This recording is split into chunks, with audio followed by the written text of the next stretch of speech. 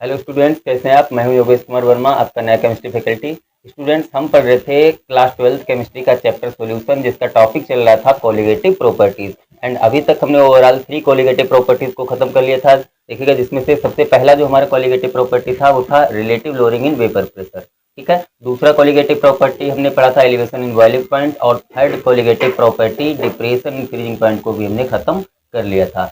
तो बच्चों, चलिए आज करते हैं हम चौथा colligative property, that is osmotic pressure. लेकिन इससे पहले जल्दी से एक बार वीडियो को शेयर कर दीजिएगा अपने फ्रेंड्स में, और फिर स्टार्ट करते हैं आज का टॉपिक। ठीक है। और चलिए हमारे साथ साथ में टॉपिक लगा दीजिएगा ऑस्मोटिक प्रेशर। तो बच्चों, हम ऑस्मोटिक प्रेशर को समझने से पहले हमें एक छोटा सा टॉपिक और समझना पड़ेगा। ठीक है, जो कि हमारा सेमी परमिएबल मेम्ब्रेन। तो टॉपिक लगा दीजिएगा semi permeable membrane. Semi permeable membrane.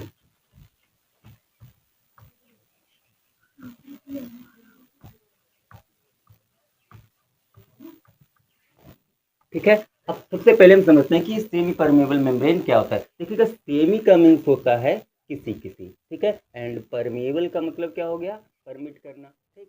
और मेम्ब्रेन का मीन्स एक झिल्ली, मतलब एक ऐसी झिल्ली जो किसी किसी मॉलिक्यूल को परमिट करती है और किसी किसी को परमिट नहीं करती। अब किसी किसी का मतलब किसको परमिट करेगी, जैसे कि देखिएगा, आपके घर में चाय बनती है, ठीक। जब भी चाय को छानने के लिए एक छन्नी यूज की जाती है, और उस छन्नी में क्या होता है, जैसे उसमें से हम चाय को छानते हैं तो चाय को तो वो परमिट कर देती है, लेकिन जो चाय की पत्ती होती है वो उसी में रुक जाती है। ठीक। क्यों रुक जाती है, क्योंकि उसके जो कहना चाहिए छोटे छोटे जो छेद हैं, उन छेदों से होकर चाय तो निकल जाती है, मतलब उसको तो वो परमिट कर देती है, बट चाय की पत्ती को परमिट नहीं करती है। तो ऐसे ही हमारी सेमी परमेबल मेम्ब्रेन भी क्या होती है, एक टाइप की एक छन्नी होती है, जो कि केवल सॉल्वेंट के मॉलिक्यूल्स को तो परमिट करती है, क्योंकि देखिएगा, सॉल्वेंट के मॉलिक्यूल्स होते हैं वो साइज में छोटे होते हैं, जबकि सोल्यूट के मॉलिक्यूल्स को परमिट नहीं करती है। ठीक है, क्योंकि हमें पता है कि जो सॉल्यूट के मॉलिक्यूल्स होते हैं वो as compared to solvent size में कुछ बड़े होते हैं। ठीक है। देखिएगा, हालांकि जो सॉल्यूशन हम जानते हैं, सॉल्यूशन में हमें ये पता है कि सॉल्वेंट की क्वांटिटी अधिक होगी, ठीक है, और सॉल्यूट की क्वांटिटी कैसी होगी, कम होगी। लेकिन अगर हम पार्टिकल के साइज की बात करें तो सॉल्वेंट के पार्टिकल का साइज हमेशा छोटा होता है as compared to its solute. ठीक है। तो चलिए हम सबसे पहले क्या करते हैं, सेमी परमेबल मेम्ब्रेन को डिफाइन कर लेते हैं। तो लिखेगा हमारे साथ साथ, देखिएगा, semi permeable membrane is a membrane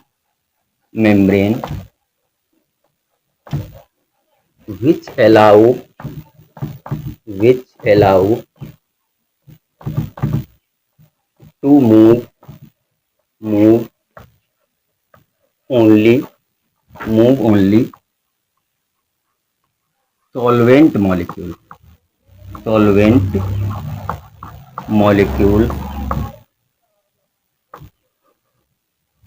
through it. ठीक है। तो सेमी परमेबल मेम्ब्रेन एक ऐसी मेम्ब्रेन होती है जो अपने अंदर से केवल सॉल्वेंट मॉलिक्यूल्स को तो मूव करने के लिए अलाउ करती है, ठीक है, बट सॉल्यूट मॉलिक्यूल्स को अलाउ नहीं करती है। ठीक है। तो बात समझ में आ गई सेमी परमेबल मेम्ब्रेन क्या होती है। अब हम एक इसको जरा डायग्रामेटिकली समझते हैं। समझिएगा जरा, सपोज करिएगा हमने ये कोई कंटेनर लिया है, ठीक है, ये कोई हमने एक कंटेनर ले लिया, एंड इस कंटेनर में ये हमने कोई सेमी परमेबल मेम्ब्रेन को लगा दिया। ठीक है, ये देखिएगा, ये हमारी क्या हो गई, सेमी परमेबल मेम्ब्रेन हो गई, सेमी परमेबल मेम्ब्रेन। ठीक है। अब हम क्या करते हैं कि इस कंटेनर में हमने यहां पर प्योर सॉल्वेंट यानी कि वाटर फिल कर दिया। ठीक है, ये यहां पर हमने क्या किया, वाटर फिल कर दिया। अच्छा, अब हम दूसरी साइड क्या करते हैं, कोई सॉल्यूशन ले लेते हैं। ठीक है, जैसे कि सपोज करिएगा हम साल्ट सॉल्यूशन ले लेते हैं, ये लीजिएगा। तो इस तरफ हमने क्या किया, ये साल्ट सॉल्यूशन ले लिया। ठीक है। अब साल्ट सॉल्यूशन है तो जाहिर सी बात है, इसमें कुछ साल्ट के मॉलिक्यूल्स भी प्रेजेंट होंगे, ये हमारे साल्ट के मॉलिक्यूल्स हो गए।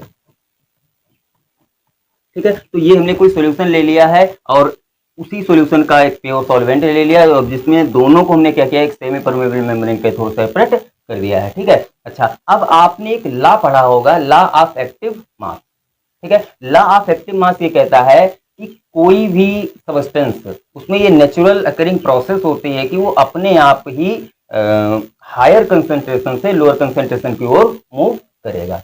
ठीक है। तो अगर हम इस पर लॉ ऑफ एक्टिव मास को अप्लाई करें तो सबसे पहले तो समझिएगा, यहाँ पर देखिएगा वाटर की कंसंट्रेशन हायर किधर होगी, ठीक है। देखिएगा इधर जो है वो हमारे पास प्योर वाटर है, तो जाहिर सी बात है इधर वाटर की कंसंट्रेशन जो है एज कंपेयर टू सॉल्यूशन हमेशा कैसी रहेगी, हायर रहेगी, ठीक है। तो इधर इस साइड में क्या होगा हमारे पास, higher concentration of water, higher concentration of water, ठीक है। तो इस साइड में मतलब प्योर सॉल्वेंट जिधर है उधर वाटर की कंसंट्रेशन हायर है, जबकि सॉल्यूशन की तरफ क्या है, लोअर कंसंट्रेशन ऑफ वाटर है, लोअर कंसंट्रेशन ऑफ वाटर, ठीक है। तो हमें पता है कि इसमें according to law of active mass water जो है वो हायर कंसंट्रेशन से लो कंसंट्रेशन की ओर मूव करेगा। जबकि एक चीज और है, यहाँ पर देखेगा, यहाँ पर अगर हम साल्ट की बात करें तो साल्ट की कंसंट्रेशन सॉल्यूशन के साइड में ज्यादा है, जबकि सॉल्वेंट के साइड में साल्ट की कंसंट्रेशन कैसी है, 0 है, ठीक। तो यहाँ पर होगा क्या, एक्चुअली में वाटर जो है वो अपनी हायर कंसंट्रेशन से लोअर कंसंट्रेशन की ओर मूव करने की कोशिश करेगा, ठीक।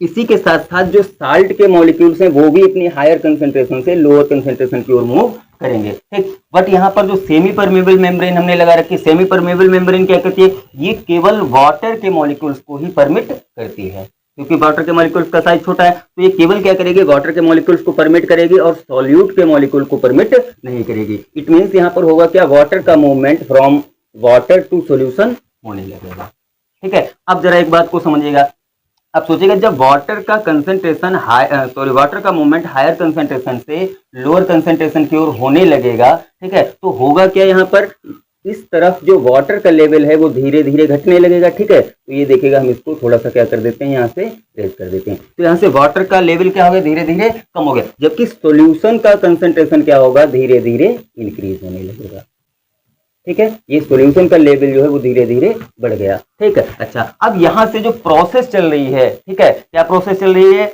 Movement of water from higher concentration to lower concentration in the presence of semi permeable membrane. बस इस फिनोमिनन को ही हम क्या बोलते हैं, ऑस्मोसिस, ठीक है। क्या बोलेंगे इसको, ऑस्मोसिस, ठीक है। तो चलिए ऑस्मोसिस को भी हम जरा एक बार डिफाइन कर लेते हैं, ठीक है, फिर उसके बाद आगे बढ़ते हैं। देखिएगा, डिफाइन करिएगा, लिखिएगा हमारे साथ साथ ऑस्मोसिस। देखिएगा, the movement of pure solvent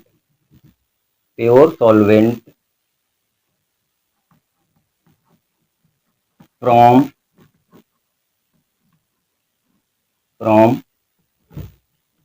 pure solvent to water, pure solvent to solution in the presence of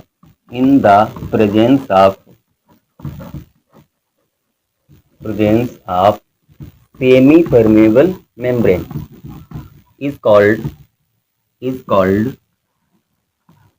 osmosis, ठीक है। तो वाटर का, प्योर वाटर से सॉल्यूशन की तरफ मूवमेंट किसके थ्रू, सेमी परमेबल मेम्ब्रेन के थ्रू, ठीक। इस मूवमेंट को हम क्या कहेंगे, ऑस्मोसिस कह देंगे। बात समझ में आ गई, ठीक है। चलिए, तो अब जरा एक बात को समझिएगा, जब यहाँ पर वाटर का लेवल देखिएगा, हमारा मेन टॉपिक क्या था, ऑस्मोटिक प्रेशर। अभी तक हम ऑस्मोटिक प्रेशर तक नहीं पहुंचे हैं, ठीक है। अभी तक हमने केवल 2 अपने जो छोटे छोटे टॉपिक्स थे उनको खत्म कर लिया। क्या क्या, सबसे पहली बात तो सेमी परमेबल मेम्ब्रेन को हमने कंप्लीट कर लिया, दूसरी चीज हमने ऑस्मोसिस को भी कंप्लीट कर लिया, ठीक है। चलिए अब हम बात करते हैं, देखिएगा यहाँ पर इसमें और क्या होगा। देखिएगा, जब इधर वाटर का लेवल धीरे धीरे कम होता चला जाएगा और सॉल्यूशन का लेवल बढ़ता चला जाएगा, इसका मतलब देखिएगा हो क्या रहा है, यहाँ पर हमें प्योर से इम्प्योर वाटर मिल रहा है, ठीक। जबकि हमें क्या चाहिए, हमें प्योर वाटर चाहिए, जबकि हो रहा है यहाँ पर क्या, प्योर से इम्प्योर वाटर मिल रहा है। तो अगर हम चाहते हैं कि ये प्रोसेस रुक जाए, ठीक है, तो क्या करना पड़ेगा, देखिएगा हम क्या चाहते हैं, हम चाहते हैं कि ये जो movement of pure water from pure to impure, ये प्रोसेस क्या हो जाए, रुक जाए, ठीक है। तो इसके लिए हम क्या करते हैं, देखिएगा यहाँ पर एक पिस्टन अप्लाई करते हैं, ये देखिएगा, इसको हटा देते हैं यहाँ से, और यहाँ पर हमने क्या किया, ये एक पिस्टन अप्लाई किया, ठीक है, ये हमने यहाँ पर एक पिस्टन अप्लाई कर दिया, ठीक। और इस पिस्टन पर हमने इतना प्रेशर अप्लाई किया, ठीक, इतना प्रेशर अप्लाई करेंगे जिससे कि ये वाटर का movement from pure water to solution stop हो जाए। ठीक है, तो जिस प्रेशर पे ये मूवमेंट स्टॉप हो जाएगा उस प्रेशर को ही हम क्या कह देंगे, ऑस्मोटिक प्रेशर। यानी कि जो पी होगा हमारे लिए वो क्या हो जाएगा, ऑस्मोटिक प्रेशर हो जाएगा। बात समझ में आ गई? ठीक है, चलिए तो जरा एक बार हम ऑस्मोटिक प्रेशर को भी क्या करते हैं, डिफाइन कर लेते हैं। तो लिख लीजिएगा हमारे साथ साथ, ऑस्मोटिक प्रेशर, ऑस्मोटिक प्रेशर। ठीक है, तो लिखेगा इसको, लिखेगा the pressure applied on the pressure applied on any solution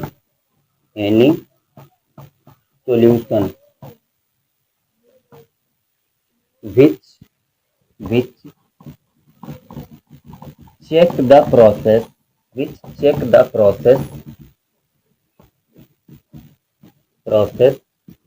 of osmotic pressure of osmosis is called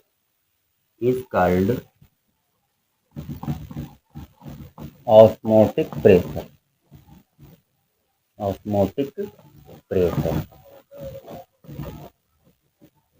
ठीक है, ऑस्मोटिक प्रेशर। तो इसका मीन्स क्या हो गया कि किसी भी सॉल्यूशन पर अप्लाई किया गया एक ऐसा प्रेशर जो ऑस्मोसिस की प्रोसेस को क्या कर देता है, चेक कर देता है, मतलब स्टॉप कर देता है। तो उस प्रेशर को ही हम क्या बोलेंगे, ऑस्मोटिक प्रेशर बोल देंगे। बात समझ में आ गई? ठीक, तो अच्छा अब हमने ऑस्मोटिक प्रेशर को भी समझ लिया। अब हम एक चीज यहाँ पर और समझ लेते हैं, देखिएगा। अच्छा अब एक बात जरा सोचिएगा आप, सपोज करिएगा कि हमने यहाँ पर जो प्रेशर अप्लाई किया है, ठीक है, वो प्रेशर क्या कर रहा है, यहाँ पर जो भी ऑस्मोटिक प्रेशर होगा उस प्रेशर को रोक दे रहा है। ठीक है, जो प्रेशर हमने अप्लाई किया है वो प्रेशर क्या कर रहा है, केवल ऑस्मोसिस की प्रोसेस को रोक रहा है। ठीक है, अच्छा तो इस प्रेशर को तो हमने ऑस्मोटिक प्रेशर कह दिया। ठीक है, इसका मतलब यहाँ पर क्या हो जाएगा, देखिएगा ऑस्मोटिक प्रेशर को सबसे पहली बात तो हम रिप्रेजेंट करते हैं पाई से। इससे रिप्रेजेंट करते हैं पाई से। इट मीन्स जो हमारे पास यहाँ पर जो हमने प्रेशर अप्लाई किया है, ठीक है, वो प्रेशर किसके इक्वल होगा, पाई के, यानी कि ऑस्मोटिक प्रेशर के इक्वल होगा। बात समझ में आ गई? ठीक, अच्छा अब एक बात समझिएगा जरा, सपोज करिएगा कि हम क्या करते हैं कि इस प्रेशर को और भी ज्यादा बढ़ा देते हैं, मतलब जितना प्रेशर हमने अप्लाई किया था ऑस्मोसिस को रोकने के लिए उससे ज्यादा कर देते हैं इस प्रेशर को। इसका मतलब क्या हो गया, the pressure is greater than pi. अब क्या होगा, ठीक है, तो देखिएगा जैसे इस प्रेशर को हम इंक्रीज करेंगे अब क्या होगा, जो वाटर का मूवमेंट होगा वो from solution to pure solvent हो जाएगा। ठीक, मतलब अब जब ज्यादा प्रेशर इंक्रीज करेंगे तो वाटर जो है वो सॉल्यूशन से किधर की ओर मूव करने लगेगा, प्योर सॉल्वेंट की ओर। ठीक है, अच्छा अब इस कंडीशन में ये जो ऑस्मोसिस की प्रोसेस क्या हो जाएगी, रिवर्स हो जाएगी। ठीक, तो बस इस फिनोमिनन को ही हम क्या बोलेंगे, रिवर्स ऑस्मोसिस। ठीक है, तो चलिए इसको भी समझ लेते हैं, जरा हेडिंग लगा दीजिएगा, reverse osmosis, reverse osmosis.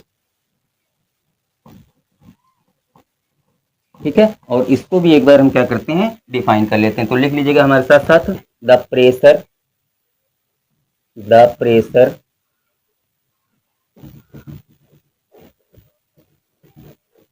Greater than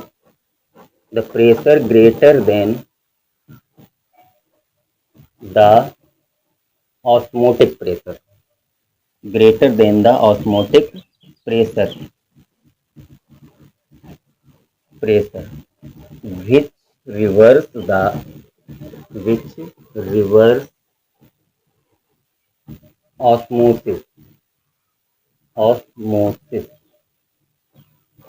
is called reverse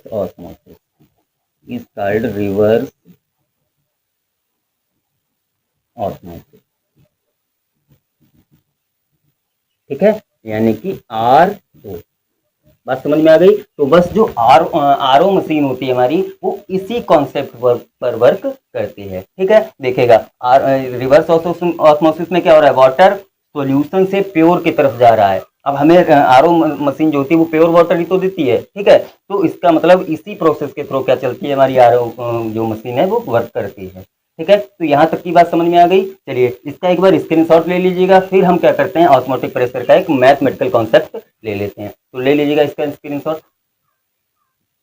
तो चलिए बच्चों, अब हम ऑस्मोटिक प्रेशर के लिए क्या करते हैं, एक मैथमेटिकल इक्वेशन ड्राइव करते हैं। ठीक है, अच्छा, अब सबसे पहली बात समझिएगा, यहाँ पर देखिएगा क्या हमें ड्राइव करना है, मैथमेटिकल इक्वेशन किसके लिए, ऑस्मोटिक प्रेशर के लिए। ठीक है, अच्छा, प्रेशर के लिए अप्लाई करना है तो हम इसको क्या करेंगे, किसी न किसी गैस इक्वेशन की हेल्प से इसको ड्राइव करते हैं। ठीक है, तो सबसे पहली बात बताइएगा आप लोग कि आइडियल गैस इक्वेशन क्या है। ठीक है, देखिएगा आइडियल गैस इक्वेशन क्या थी हमारे पास, पीवी इक्वल टू NRT।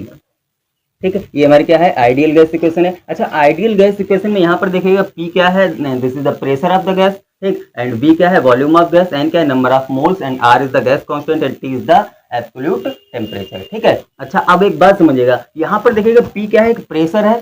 ठीक, और इस प्रेशर की जगह पर हम अगर हम ऑस्मोटिक प्रेशर रख दें, ठीक है भाई, ये भी तो एक प्रेशर ही है, तो हम क्या करते हैं, इस आइडियल गैस इक्वेशन में प्रेशर की जगह पे ऑस्मोटिक प्रेशर रख देते हैं, यानी कि पाई V इक्वल टू NR। ठीक है, अच्छा, इसको ऐसे भी लिख सकते हैं, pi is equal to N upon V RT। ठीक, अच्छा, अब आप समझिएगा जरा, यहाँ पर जो N अपॉन V क्या है, ये एक्चुअली में मोलैरिटी ही तो है। ठीक, N अपॉन V क्या है, मोलैरिटी। ठीक, एंड जो कि क्या है, एक कंसंट्रेशन टर्म है। ठीक है, देखिएगा N upon V is equal to molarity. ठीक, और जो कि क्या है, एक हमारे पास कंसंट्रेशन टर्म है जिसको हम C से लिख सकते हैं। ठीक, तब ये हमारे पास इक्वेशन क्या आ जाएगी, देखिएगा pi is equal to CRT। ठीक है, तो बस ये हमारे लिए हो गया एक बहुत ही इंपॉर्टेंट डेरिवेशन। ठीक है, इसके लिए ऑस्मोटिक प्रेशर के लिए बहुत ही इंपॉर्टेंट है। इसको जब हम आगे क्वेश्चंस करेंगे तो इस पर अप्लाई करेंगे, और ये जब हम क्वेश्चन पर अप्लाई करेंगे तो ये और भी इजी होगा। ठीक है, चलिए, तो ये हमने फाइनली देखेगा अपना जो फोर्थ कोलिगेटिव प्रॉपर्टी था, दैट इज ऑस्मोटिक प्रेशर, इसको भी खत्म कर लिया। ठीक है, चलिए, अब हम क्या करते हैं, इसको एक बार जितने भी हमने कोलिगेटिव प्रॉपर्टीज पढ़े, इनको सभी को एक साथ समराइज कर लेते हैं। ठीक है, लेकिन उससे पहले इसका एक बार स्क्रीनशॉट कर लीजिए। तो चलिए बच्चों, अब हम अपने चारों कोलिगेटिव प्रॉपर्टीज को समराइज कर लेते हैं। तो देखिएगा, देखिए सबसे पहला जो हमने कोलिगेटिव प्रॉपर्टी पढ़ा था, नंबर 1, ये था हमारे पास RLVP। ठीक है, यानी कि relative lowering in vapour pressure, जो कि किसके इक्वल था, delta P upon PA not के। ठीक, delta P upon PA not, और ये इक्वल था x था V के। ठीक, ये हमने पहला कोलिगेटिव प्रॉपर्टी पढ़ा था। ठीक, ऐसे दूसरा जो हमारे पास कोलिगेटिव प्रॉपर्टी था, that is relative lowering in elevation in boiling point. ठीक है, तो सेकेंड प्रॉपर्टी क्या था, एलिवेशन इन बॉइलिंग पॉइंट, जिसे हमने डेल्टा TV से लिखा था, और डेल्टा TV इक्वल टू क्या था हमारे पास, देखेगा M इंटू KV। ठीक है, या KV इंटू M, एक ही बात है। ठीक, अच्छा, इसको इक्वेशन नंबर 1 कह दीजिएगा, एंड इसको इक्वेशन नंबर 2। ठीक, ऐसी जो थर्ड हमने कोलिगेटिव प्रॉपर्टी पढ़ा था, that is depression in freezing point, delta TF, और डेल्टा TF इक्वल टू क्या था, देखिएगा M इंटू KF, जहाँ M क्या थी हमारे पास, मोलैरिटी थी। ठीक है, मोलैरिटी, सॉरी, ये क्वेश्चन नंबर 3 हो गई। और जो लास्ट हमने कोलिगेटिव प्रॉपर्टी पढ़ा है, नंबर 4, क्योंकि हमारे पास देखिएगा पाई इक्वल टू CRT। ठीक है, तो फाइनली ये हमारे पास इक्वेशन नंबर 4 हो गई। ठीक है, फाइनली ये हमने 4 कोलिगेटिव प्रॉपर्टीज पढ़े। ठीक, और ये चारों ही कोलिगेटिव देखिएगा प्रॉपर्टी जो थे वो एक्चुअली में किस पर डिपेंड करते थे, ये डिपेंड करते थे क्वांटिटी ऑफ सोल्यूट पर। ठीक है, चारों ही कोलिगेटिव प्रॉपर्टीज किसकी क्वांटिटी पर डिपेंड कर रहे हैं, केवल सोल्यूट की क्वांटिटी पर। सोल्यूट की क्वांटिटी का means number of particles of solute. ठीक है, अच्छा, number of particle of solute पर डिपेंड करते हैं, इसका मतलब ये केवल जो है उस कंडीशन में ही डिपेंड करेंगे, अप्लाई होंगे, जहां पर सोल्यूट मॉलिक्यूल्स का डिसोसिएशन, ठीक है, डिसोसिएशन या फिर एसोसिएशन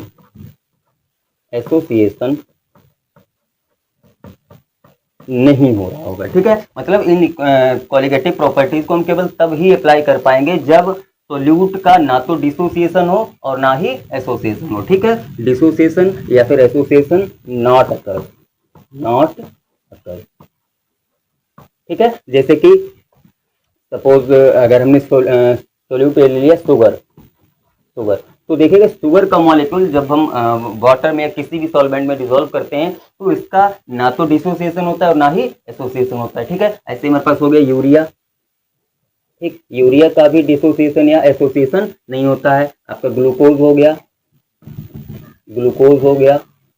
ठीक है, फ्रक्टोज हो गया। तो ये मॉलिक्यूल्स का वाटर में या अदर किसी भी सॉल्वेंट में ना तो डिसोसिएशन होता है ना ही एसोसिएशन होता है। ठीक है, इसका मतलब अगर शुगर, यूरिया, ग्लूकोज या फिर फ्रक्टोज का सोल्यूशन है तो उस पर ये हमारे चारों ही कोलिगेटिव प्रॉपर्टीज अप्लाई हो जाएंगे। ठीक है, लेकिन बात ये आती है कि अगर डिसोसिएशन या एसोसिएशन नहीं पाया जा रहा है तब तो ये चारों कोलिगेटिव प्रॉपर्टीज अप्लाई हो जाएंगे। ठीक, लेकिन अगर कहीं किसी भी मॉलिक्यूल्स के केस में डिसोसिएशन या एसोसिएशन हो गया तब क्या करेंगे? ठीक है, लाइक NaCl ले लीजिएगा, NaCl, ठीक, and we know that on dissolving NaCl in water, ठीक है, it split into ions, that is Na positive and Cl negative. ठीक, तो अगर NaCl को हम वाटर में डिजोल्व करेंगे तो ये क्या करेगा, Na पॉजिटिव और Cl नेगेटिव आयंस में इसका डिसोसिएशन हो जाएगा। या फिर सपोज कर लीजिएगा कि अगर कहीं हमने एसिटिक एसिड ले लिया, CH3COOH, ठीक है, तो ये क्या करेगा, जैसे इसको बेंजीन में डिसॉल्व करेंगे इसका हो जाता है एसोसिएशन, CH3COOH होल ट्वाइस, इसका क्या हो जाएगा, एसोसिएशन। तो अगर डिसोसिएशन हो रहा है या एसोसिएशन हो रहा है तो उस कंडीशन में ये कोलिगेटिव प्रॉपर्टीज तो अप्लाई नहीं होंगे। ठीक, फिर हम इसकी कैलकुलेशन कैसे करेंगे? ठीक है, तो बस यहीं से कॉन्सेप्ट आएगा आपका वान-टॉप फैक्टर का। ठीक है, कौन सा, वान-टॉप फैक्टर। ठीक, तो नेक्स्ट लेक्चर में हम क्या करेंगे, अब वान-टॉप फैक्टर पर बात करने वाले हैं। ठीक है, तो चलिए आज के लेक्चर को यहीं पर ओवर करते हैं और फिर मिलते हैं कल के नेक्स्ट लेक्चर में, यहाँ पर हम पढ़ने वाले हैं वान-टॉप फैक्टर। ठीक है गाइस, तो चलिए मिलते हैं नेक्स्ट लेक्चर में, तब तक के लिए thank you so much and thank you all.